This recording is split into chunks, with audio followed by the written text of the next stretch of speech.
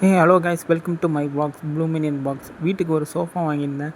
So ரொம்ப எம்டியாக இருக்குன்ட்டு ஃப்ளிப்கார்ட்டில் பார்த்து ஒரு கவரும் 2 பில்லோ சோஃபா கவரும் ஆர்டர் போட்டிருந்தேன். எங்கள் ஊருக்கு வந்துருச்சு, ஆனால் டெலிவரி ஆக 4 நாள் ஆகும்னு போட்டிருந்தது. ஏன்டான்னு போய் பார்த்தா அங்கே இவ்வளோ கூட்டம்.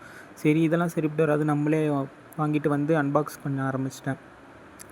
ஃபஸ்ட்டு இந்த பில்லோ கவர் தான் பார்த்தீங்க, குவாலிட்டி ஓரளவு சுமாராக தான் இருக்குது. ஜிப்பெல்லாம் கொஞ்சம் சுமாராகவே இருந்துச்சு.